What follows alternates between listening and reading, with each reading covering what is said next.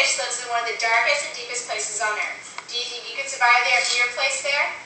An anglerfish is very adaptive to its surroundings with many mutations, these including a lit appendage, being able to attach to a female, and being able to have the ability to live miles below the ocean surface. I've always had an avid interest in these fish, and their will to survive given their circumstances. They have a luring appendage placed upon their head. Although the deep-sea angler is the most fascinating, there are over 200 types of different species. Common black devils is a nickname given to them based on their coloration. Angler habitats vary little more than you might have thought they would. They can be found in the Atlantic, English Channel, the North Sea, and surprisingly even in shallow tropical waters.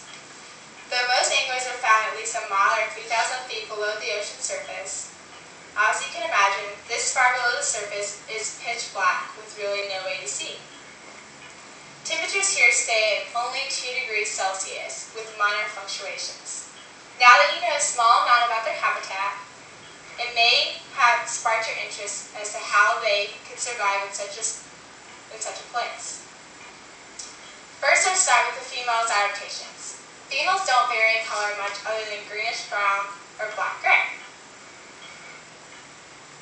They are very fragile fish that have absolutely no scales and extra thin skin that makes it easier for them to stretch when catching prey and swallowing them whole. They have very small, thin bones to make it easier to eat prey that can be up to twice their size. Wondering how they can keep such big prey in their mouth? Long, sharp teeth that curve inwards make it like a cage when prey is caught. They start to sound very ferocious until you find out that most only average about a foot long, and the largest being recorded is only 3.3 feet long. Her most prominent feature would have to be her protruding lure, also known as the eska. An eska is actually an extension of the dorsal spine and is used as a lure. The eska is connected with the mouth as a reflex, and as soon as anything comes near enough for it to touch the eska, it is a reflex reaction of her catching it in her mouth in less than 1 second. Can you imagine just how fast that really is? She also has the ability to spray her lure back and forth, and you better believe she uses this to her advantage. What makes it glow, do you wonder? It's the bioluminescent bacteria that are found in the photophore that cast either a green or bluish light. This attracts prey such as snails, clams, worms, and copepods. I bet all this talk about the female angler makes you wonder what the male angler has to offer. The female angler only uses her mate for reproductive purposes and can hold up to 6 males on her body. A male is born only to find his mate because without her he can't survive. Once he hits sexual maturity, which is shortly after birth, he only has a limited amount of time before his digestive organs start shutting down. He is born with sensitive olfactory organs which help him to find a female angler fairly quick, sometimes just not quick enough. Once he does, he bites her and the digestive enzymes take over and starts eating at her skin and at his mouth until they eventually fuse together.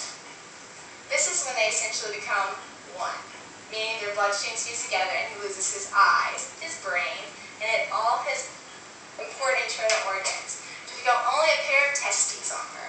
How do you like that, guys?